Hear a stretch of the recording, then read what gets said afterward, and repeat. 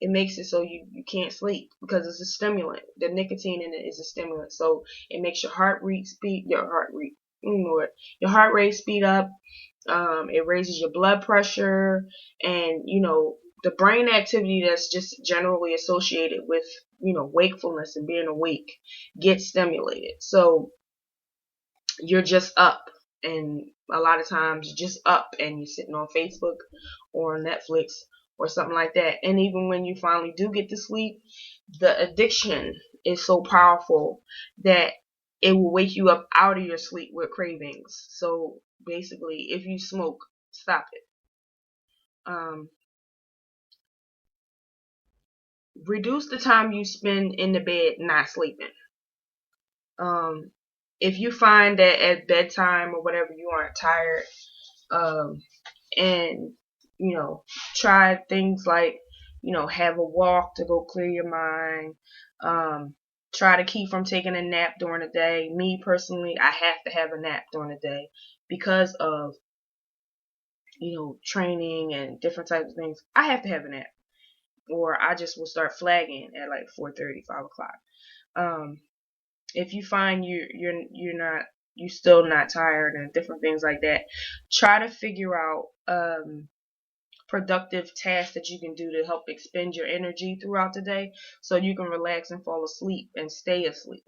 So maybe later on in another cast I'll teach you an exercise to help you discover exactly how much sleep you need at night, because everybody doesn't need 8 hours. Like, that's the recommended and all that stuff like that, but everybody does not need that. So I'll show you how to find out an exercise that you can do, like an experiment, over the course of a week to find out exactly how much sleep you need to get restful sleep.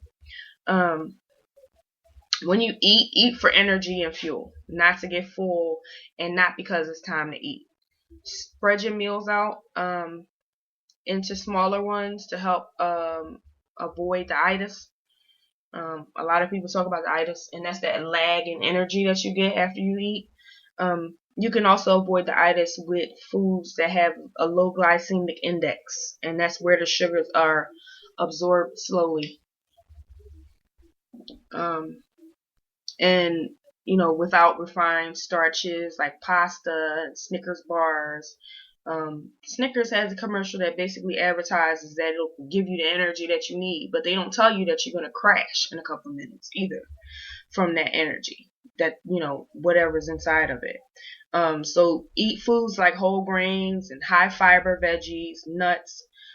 Use healthy oils like olive oil. It's high carb foods really that are the ones that usually have you knocked out, like at the dinner table. So be mindful of that.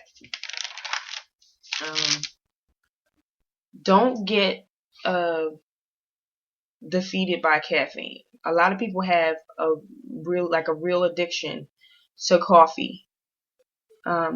It can help you increase your alertness and that sort of thing, but you have to be discerning because it can cause insomnia if you have too much of it. Some people have 3-4 cups a day. They walk around with that portable cup, and you never see them without it in their hand and that sort of thing. You have to stop if you're doing that, really. And it's kind of ridiculous. It's bad for your teeth, and it's offsetting your nervous system. It offsets your nervous system, and that's why a lot of people are jittery and that sort of thing. And you also go through withdrawal from caffeine. So be mindful, like I said, and try not to have coffee after 2 o'clock, so that you're able to wind down at night. A morning cup of coffee is just fine. That's where it's at for me some days. But that morning cup of coffee, you need that initial alertness. If you have a general strength coffee, I never recommend diet versions or decafs and all that. I use whole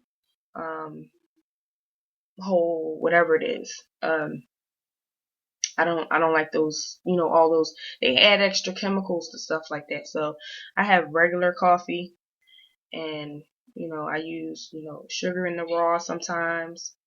or I use a cinnamon stick and agave syrup, or that type of thing.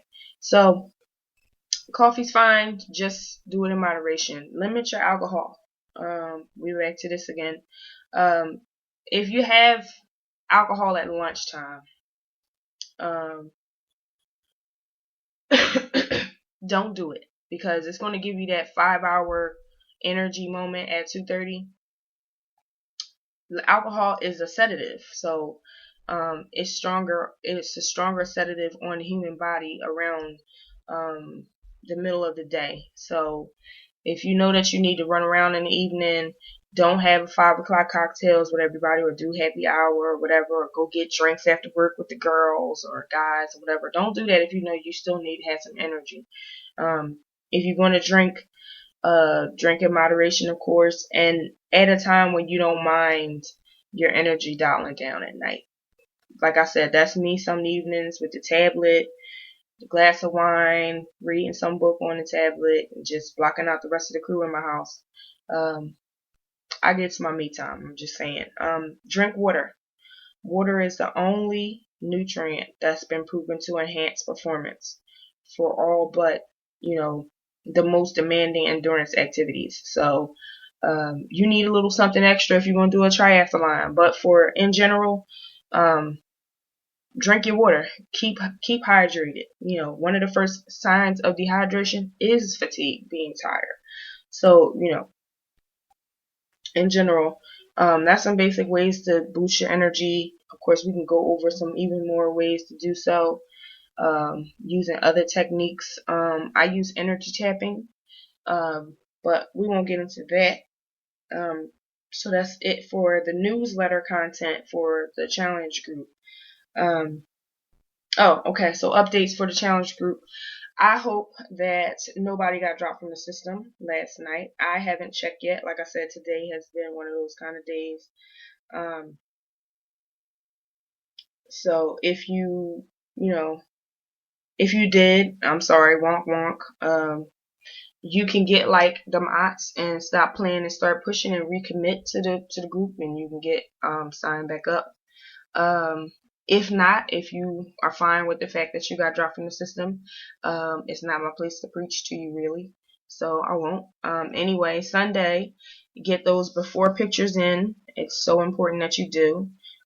Monday is the fit test, because Monday starts everybody's workout regimen. Workout plans will be finished. Everybody that did log into the system and do what they needed to do probably got their first resistance training workout. I hope you've been trying it. So I hope you are, ready to be honest as far as the fit test is concerned, because I don't babysit. We're not doing a video conferencing fit test. I'll give you the parameters. I'll get online so that you can see the proper form of the activities for the fit test. But other than that, you're going to have to just be honest about your results. Wednesday is the Mike Tyson squat mini challenge. So we're going to do that live via live stream. So have your deck of cards and some space cleared for that, because we're not just going to do the deck of cards version. There are a couple of other versions, and I love it. It's fun for me. So at any rate, I'm hungry. Like I said before, I hope the information in this broadcast blessed you and is useful for you. So with that, peace, you beautiful transformers, you.